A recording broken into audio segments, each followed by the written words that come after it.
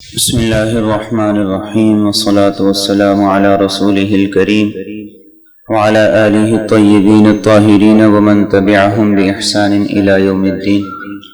قال اللہ تبارک وتعالی فی القرآن المجید والفرقان الحمید. اعوذ باللہ من الشیطان الرجیم. بسم اللہ الرحمن الرحیم.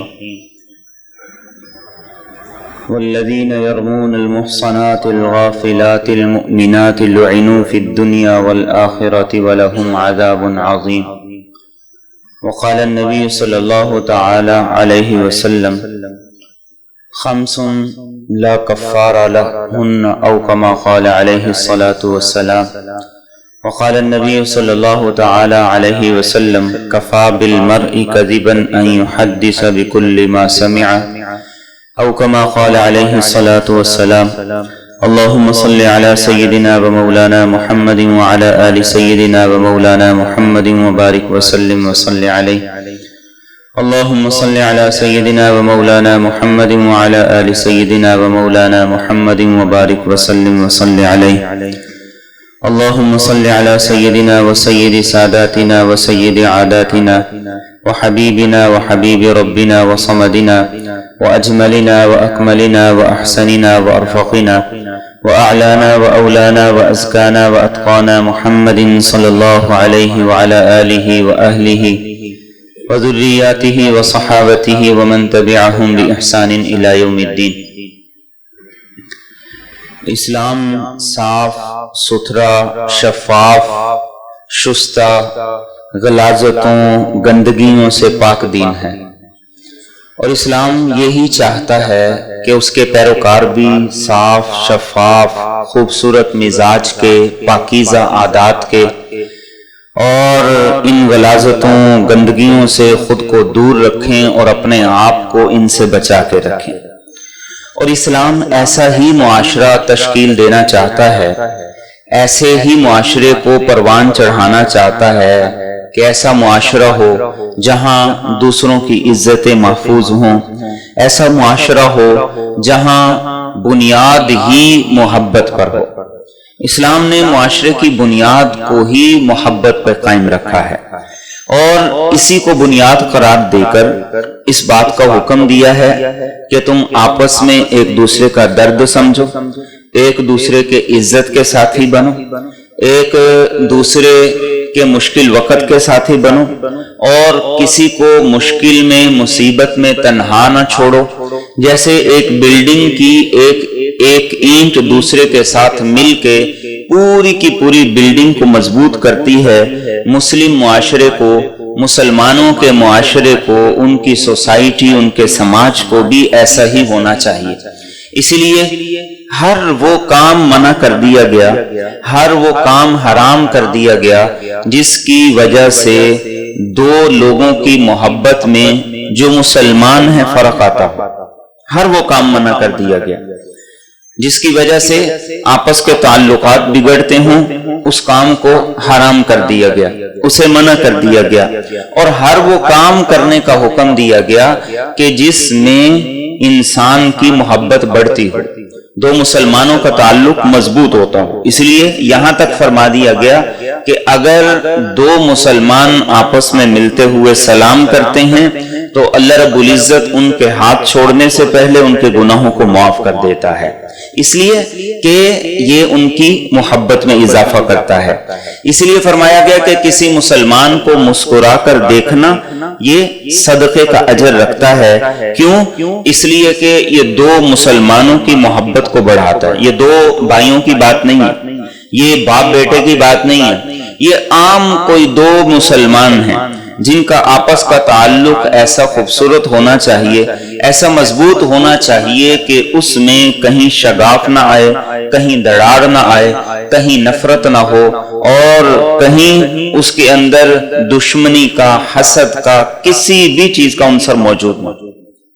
تو ہر وہ کام منع کر دیا گیا، اور ان کاموں کو جنہیں منع کیا گیا ہے وہ سارے کے سارے کبیرہ گناہوں کے اندر آتے ہیں جو معاشرے کو خراب کرتے ہیں، برباد کرتے ہیں.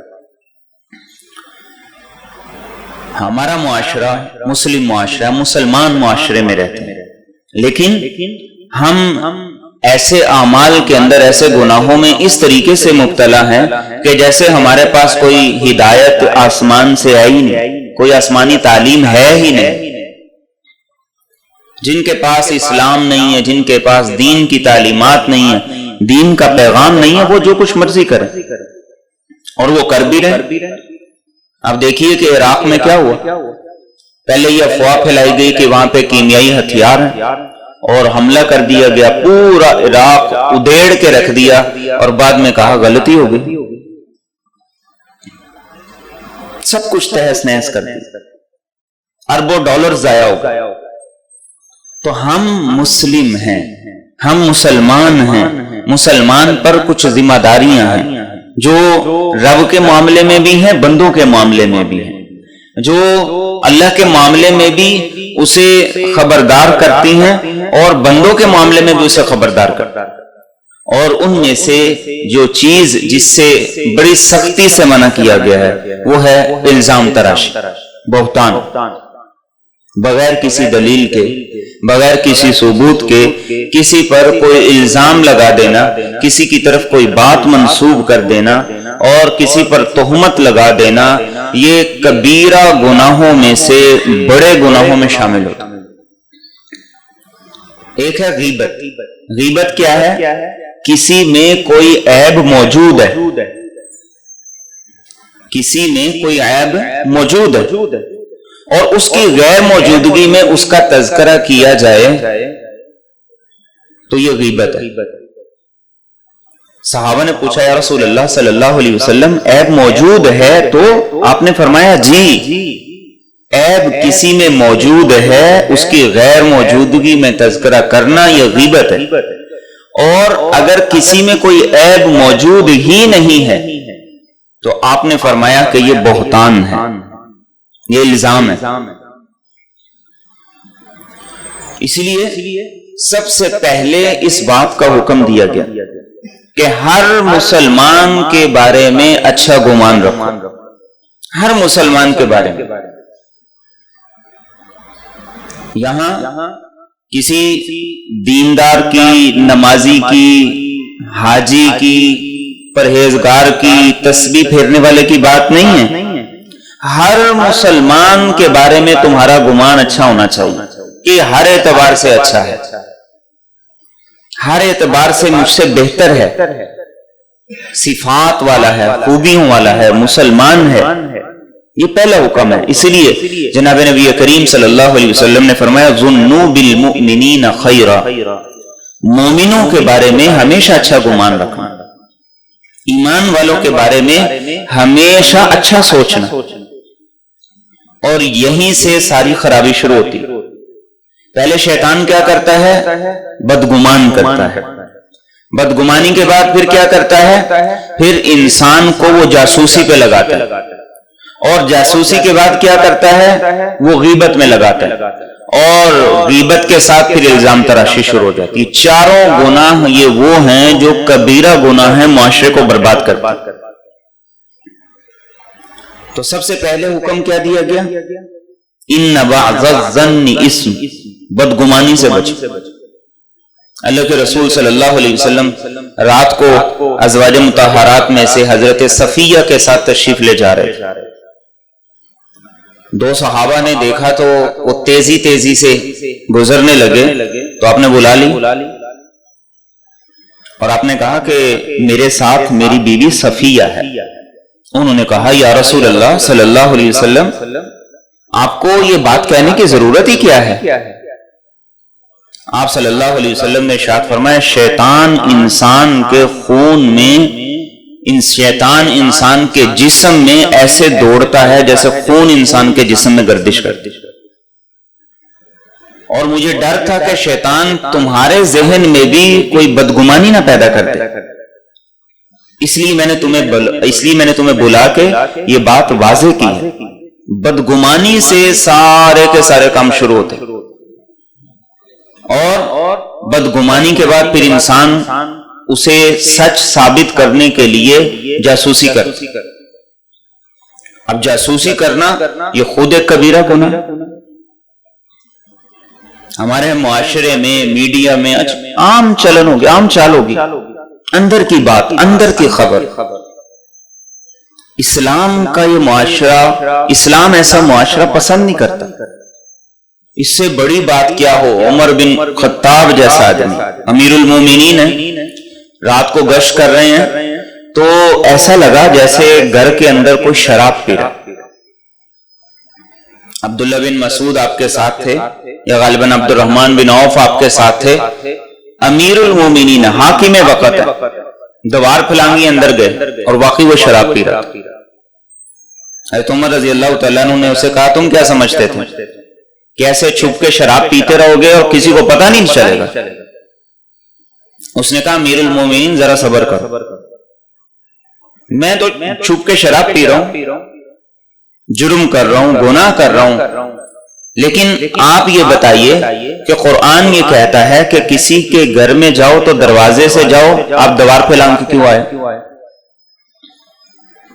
قرآن یہ کہتا ہے کہ کسی کی جاسوسی نہ کرو، آپ تو میری جاسوسی میں لگے ہو، تو آپ کو یہ اختیار کیسے مل گیا کہ آپ دیوار پھلانگ کے میرے گھر کے اندر داخل ہوں اور مجھ سے مواخذہ کریں؟ حضرت عمر فاروق رضی اللہ تعالیٰ عنہ نے جب یہ سنا تو معذرت کر کے گھر سے واپس نکل کہ واقعتاً تم ٹھیک کہتے، تمہارا انفرادی گناہ تھا، تم چھپ کے کر رہے تھے، تو اس کی اصلاح کے لیے عمومی گفتگو ہو سکتی، نصیحت کی بات، نصیحت کی مجلس، نیک لوگوں کی مجلس محفل، وہ تمہارے اس گناہ کو چھوڑا سکتی ہے، لیکن اس طرح دیوار پھلانگ کے تمہارے گھر کے اندر آنا یہ واقعتاً اسلامی تعلیمات کے خلاف تھا۔ جب آپ واپس جانے لگے تو اس نے کہا کہ پھر ٹھہریے، آج کے بعد میں بھی پکا عزم اور توبہ کرتا ہوں کہ میں بھی شراب نہیں پیوں۔ اسلام تو یہاں تک کہتا ہے، تو سب سے پہلے حکم کیا دے دیا گیا؟ بدگمانی نہ کرو، ہمیشہ اچھا سوچو، کوئی اچھی تعویل سوچو، کسی بھی معاملے کا کوئی اچھا اینگل تمہارے سامنے رہنا چاہیے، جو غلط کی طرف جانے کی بجائے، نیگیٹو کی طرف جانے کی بجائے پازیٹو کی طرف جائے۔ اور پھر دوسری چیز کیا کہی؟ دوسری چیز یہ کہی کہ اگر کوئی بات ایسی سامنے آ جاتی ہے تو پھر اس کی تحقیق ضروری ہے، ثبوت ضروری ہے۔ یا ایھا الذین آمنوا ان جاءکم فاسق بنبأ فتبینوا، قرآن کریم نے کہا کہ کوئی بات آتی ہے تو اس کی تحقیق ضروری ہے، اس کی چھان بین ضروری ہے، بات کہہ کون رہا ہے اور اس کے کہنے کی بنیاد کیا ہے، اس کے پاس سورس کیا ہے، ثبوت کیا ہے، اور وہ کتنا معتبر ہے۔ ان ساری چیزوں کی قرآن کریم کہتے ہیں تحقیق کرو، ورنہ کیا ہوگا؟ ہو سکتا ہے کہ تم بغیر تحقیق بات آگے شیئر کر دو، آگے نقل کر دو، دوسروں کو بتا دو، اور پھر تمہیں وقت گزرنے کے بعد پتہ چلے وہ تو تھا ہی جھوٹ، وہ تو غلط تھا، وہ بات تو ثابت نہیں ہوئی، وہ جرم تو ثابت نہیں ہوا، فَتُصْبِحُوا عَلَى مَا فَعَلْتُمْ نَادِمِينَ، تو فرمایا اگر ایسا ہوگا تو بعد میں تم شرمندہ تو ہوگے، لیکن اس شرمندہ ہونے کا کوئی فائدہ نہیں ہوگا۔ اور ایسے بے شمار واقعات ہیں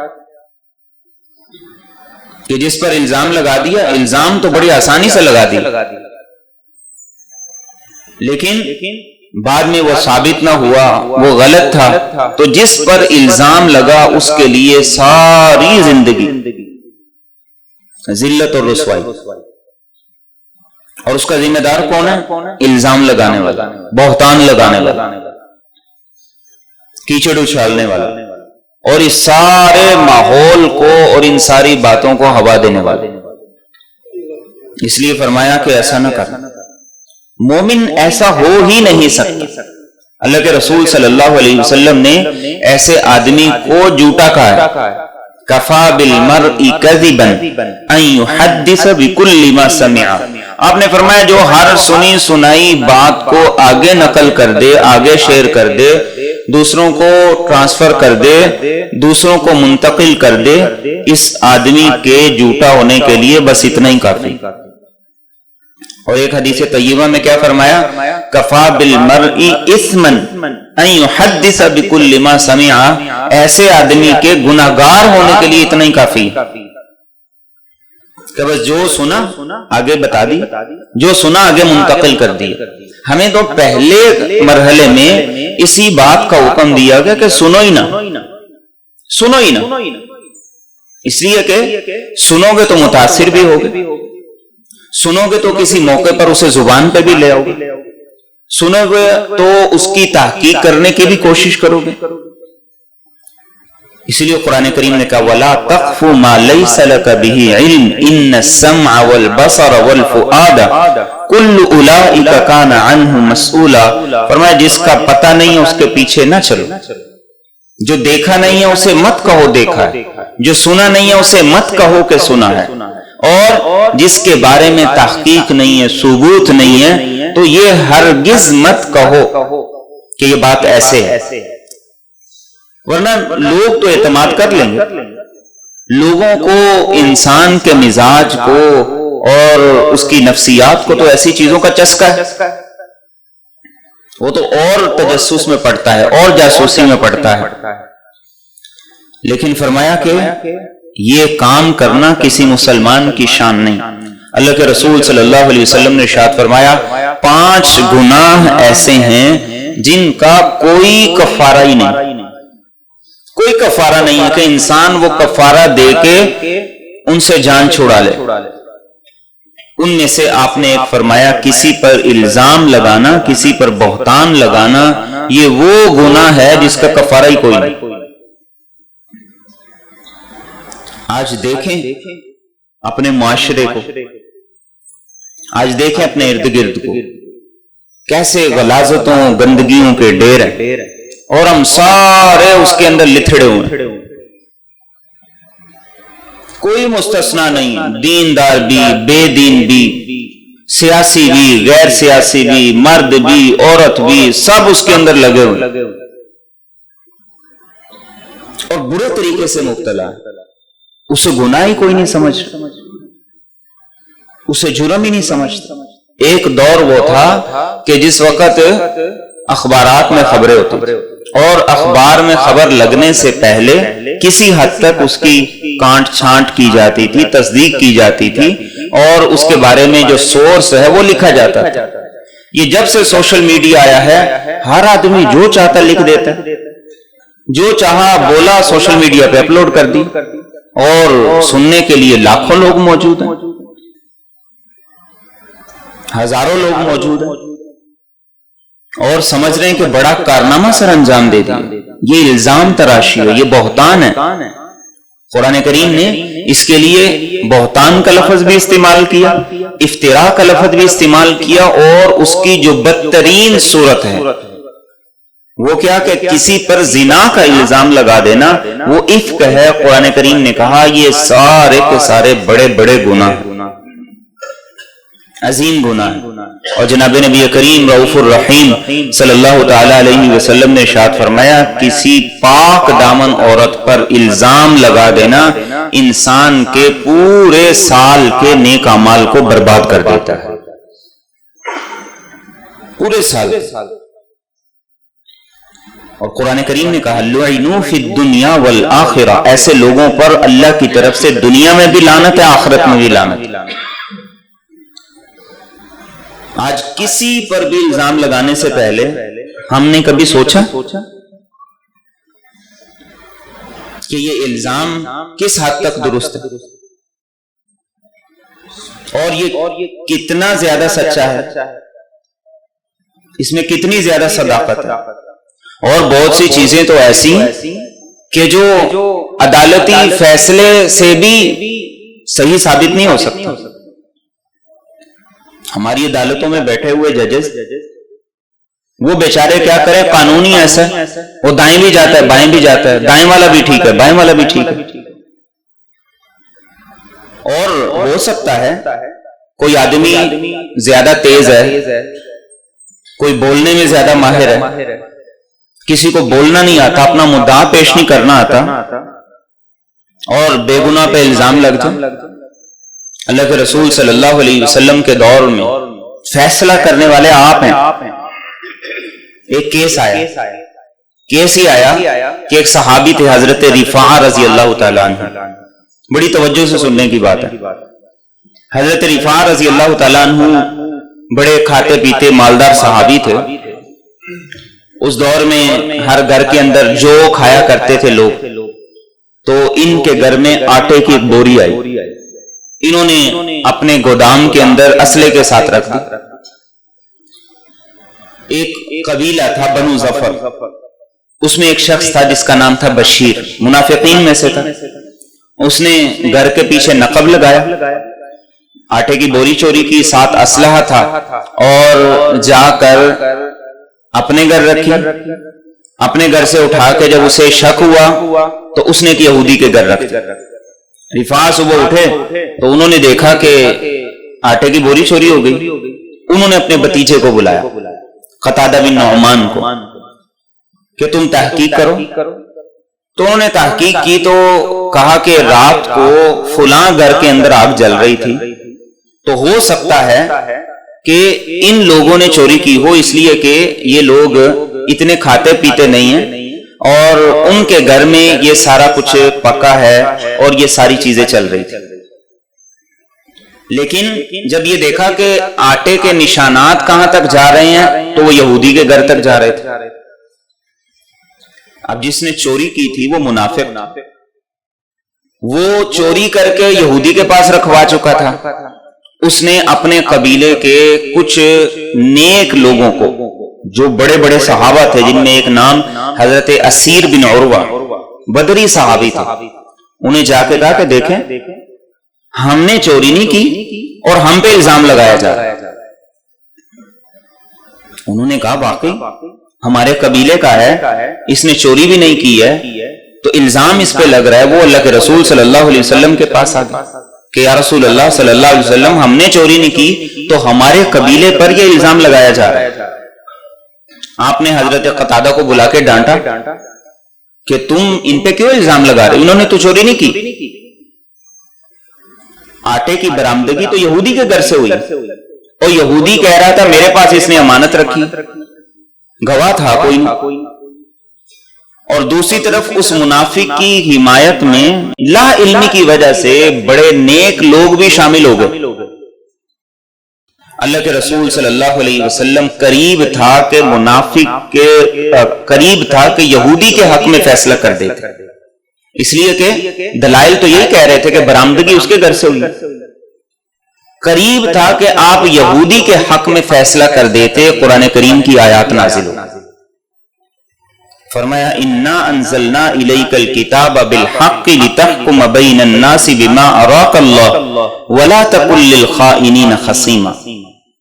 فرمایا کہ حبیب صلی اللہ علیہ وسلم آپ جو فیصلہ کرنے جا رہے ہیں یہ ٹھیک نہیں، اور یہ میرے اور آپ کے نبی کی شان ہے کہ زندگی میں کبھی بھی اگر لا علمی کی وجہ سے کوئی فیصلہ غلط کرنے کی نیت ہی کی ہے، اللہ نے فوری اس کی اصلاح کر دی، فوری اس کی اصلاح کر دی۔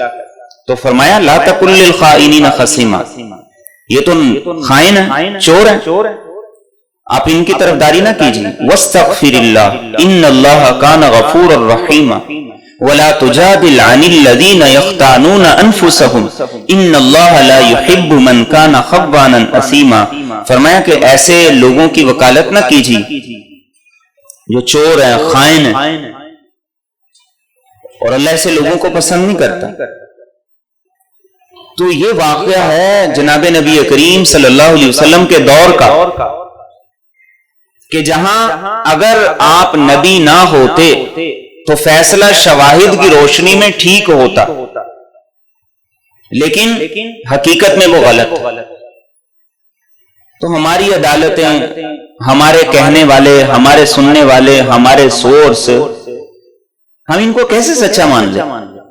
ہم ان کے کسی بھی فیصلے کو کیسے حق اور سچ مان لیں، کسی بھی معاملے میں کیوں نہ ہو؟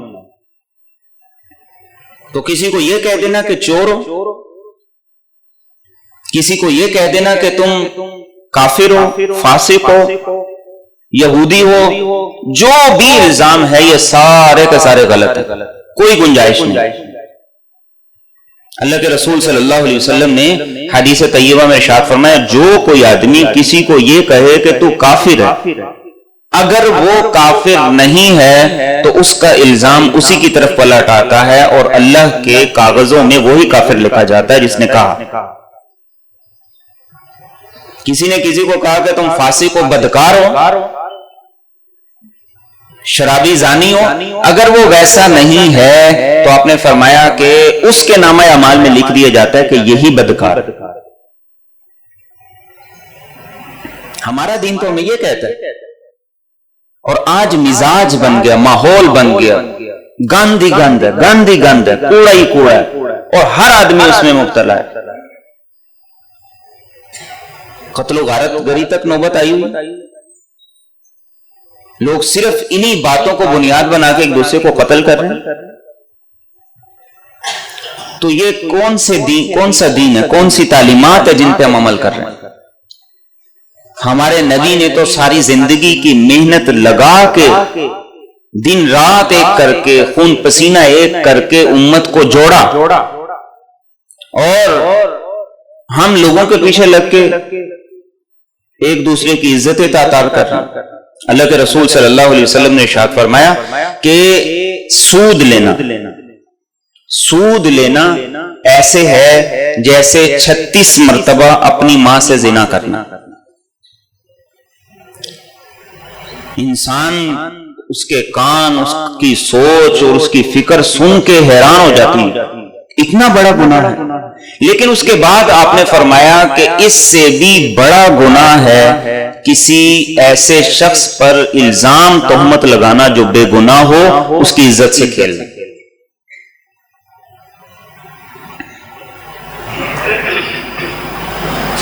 اتنا عظیم اور اتنا بڑا گناہ ہے، آج ہم اسے کوئی گناہ ہی نہیں سمجھتے، کوئی جرم ہی نہیں سمجھتے۔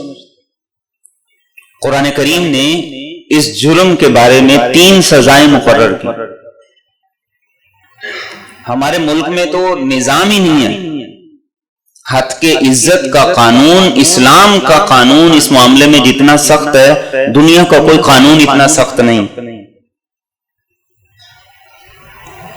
ہماری عدلیہ کی تاریخ میں ہتک عزت کے قوانین پر کوئی 1-2 فیصلے ہوں گے، قانون ہی نہیں۔ قرآن کا قانون کیا ہے؟ قرآن یہ کہتا ہے جو کسی پر الزام لگا دے، اگر وہ ثابت نہ کر سکے تو پھر سب سے پہلے اس کو 80 کوڑے لگائے جائیں، اور اس کے بعد اس کی پوری زندگی میں یہ فیصلہ کر دیا جائے کہ یہ آدمی زندگی کے کسی بھی مرحلے میں کبھی بھی گواہی نہیں دے سکتا۔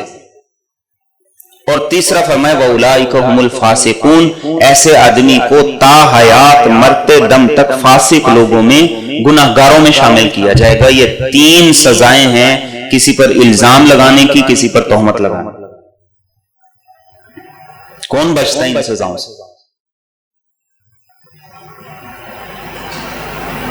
اور جتنا جھوٹ ہمارے میڈیا پہ ہے، سوشل میڈیا پہ ہے، پوری دنیا میں کہیں نہیں، 120% جھوٹ ہے، 120%۔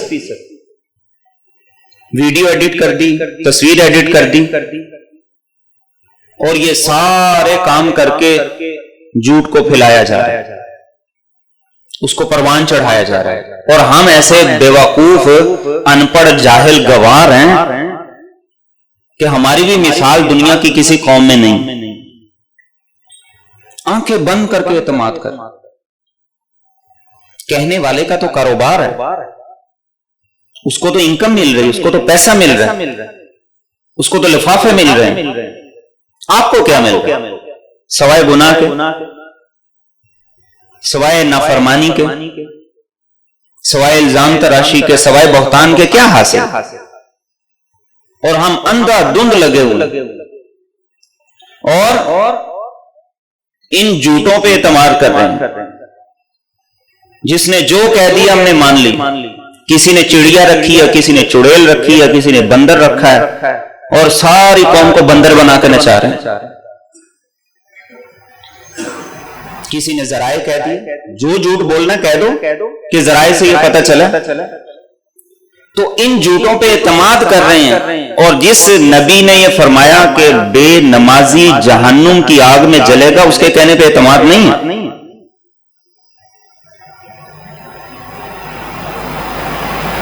جس نے یہ فرمایا کہ روزہ رکھ کے گناہوں سے پرہیز نہ کرنے والے کے روزے کی اللہ کو ضرورت نہیں ہے، اس پہ کوئی اعتماد نہیں۔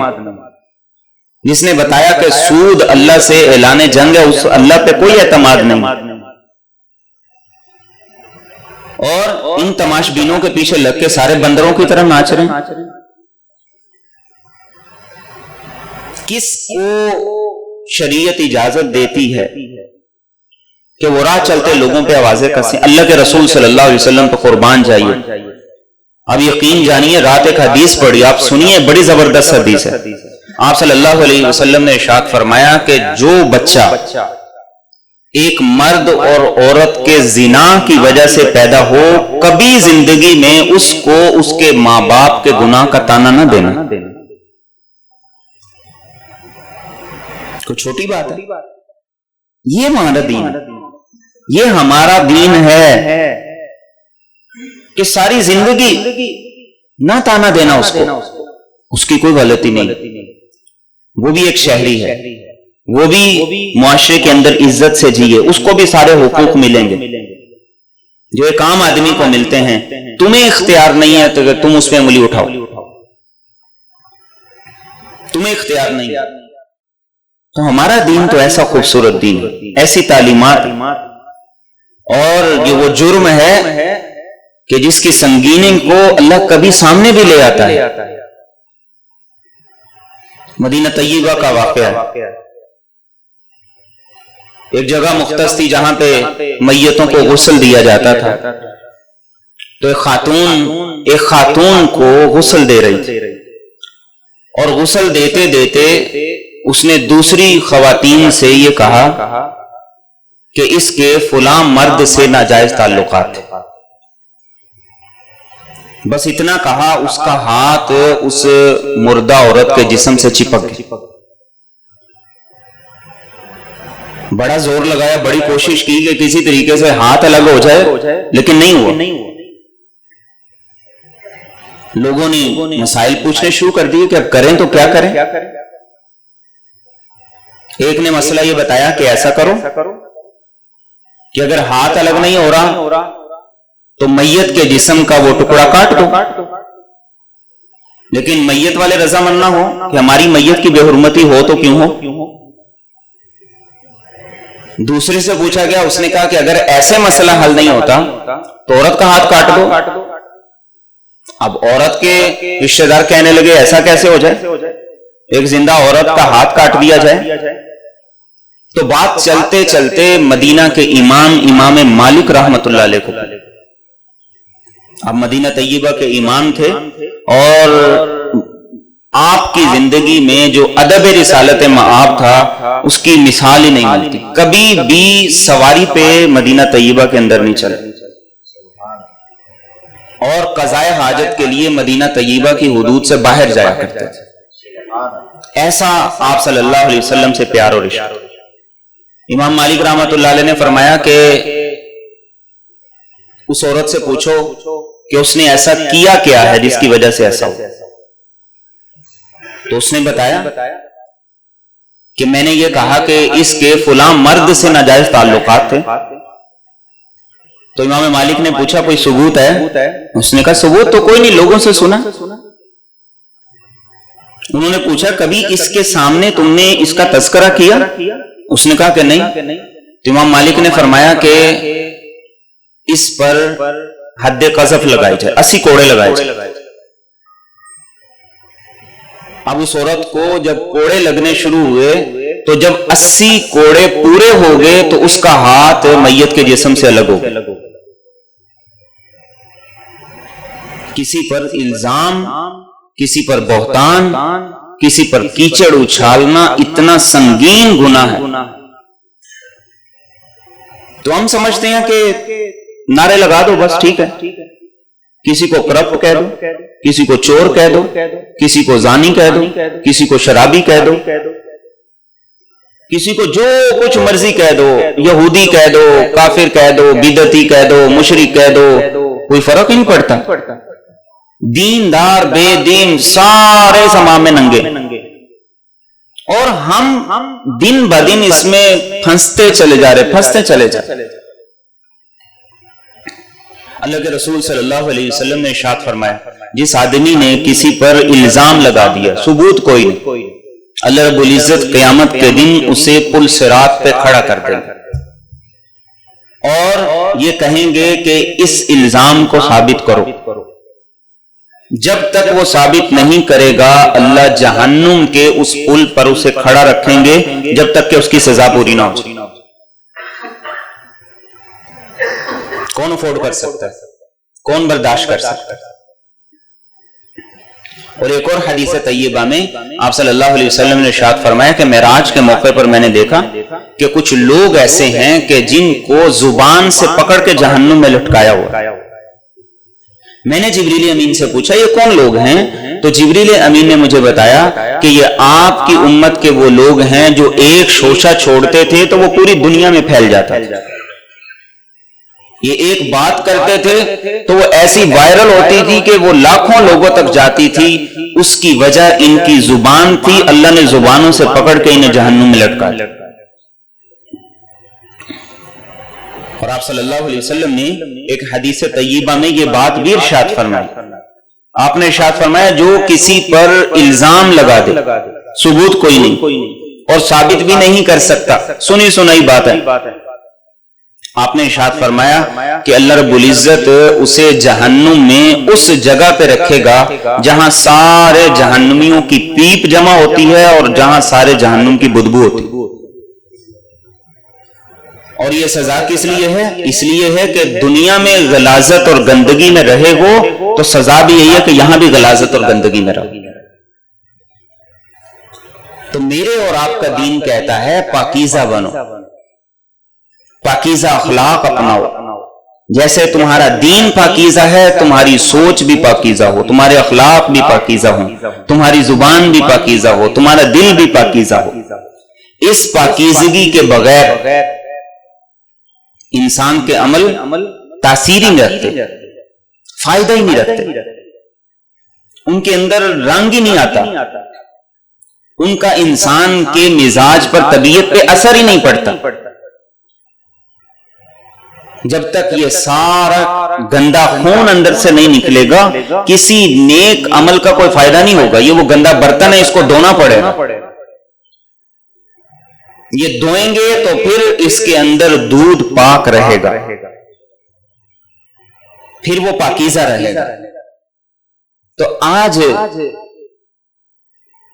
یہ چیز ہمارے معاشرے کے اندر بہت زیادہ بڑھ گئی اور بلا وجہ بڑھ گئی ہے۔ سیاست تو نام ہی گند اور کیچڑ اچھالنے کا، سیاست بغیر الزام تراشی کے نہیں ہو سکتی، یہ پوری دنیا کی سیاست کا مزاج ہے۔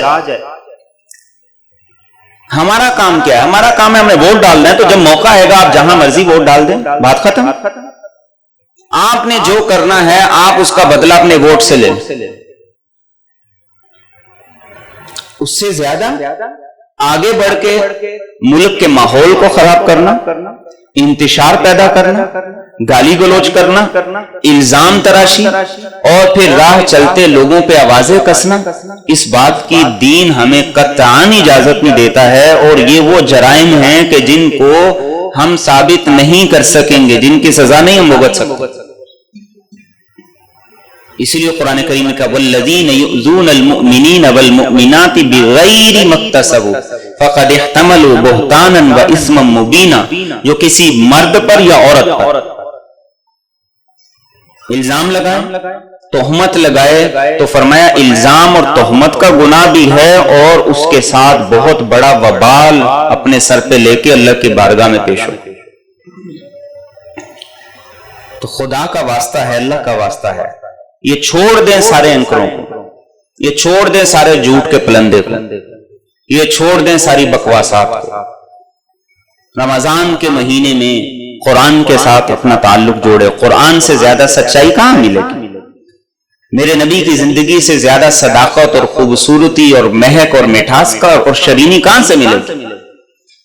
سارے پاکیزہ کام چھوڑ کے، سارے خوبصورت کام چھوڑ کے ہم اس گندگی کے ڈھیر پہ گرے ہوئے اور پورے قوم گری ہوئی. تو یہ ہمارا مزاج نہیں ہونا چاہیے. یہ بدبودار، یہ غلاظت والا مزاج ہمارا نہیں ہونا چاہیے. اسی کا مسلمان ہے اور مسلمان ایسا ہو ہی نہیں سکتا. مسلمان سے اس چیز کی توقع ہی نہیں. اور قرآن کریم نے کیا کہا؟ وَتَحْسَبُونَهُ هَيِّنًا، تم سمجھتے ہو کہ یہ بڑا آسان کام ہے. وَهُوَ عِندَ اللَّهِ عَظِيمٌ، اللہ کے نزدیک یہ بہت بڑا جرم ہے. تمہاری نظر میں کوئی اہمیت نہیں. اور قرآن کریم نے کہا لولا اذ سمعتموه ظن المؤمنون والمؤمنات بانفسهم خیرا، جب بھی کسی کے بارے میں کوئی بات سنا، اصول بتا دیا. کوئی تمہیں کہتا ہے کہ فلاں ایسا ہے تو فرمایا ظن المؤمنون بانفسهم خیرا، تم نے پھر بھی یہی سوچنا ہے کہ یہ کہنے والا غلط کہتا ہے وہ ٹھیک ہے.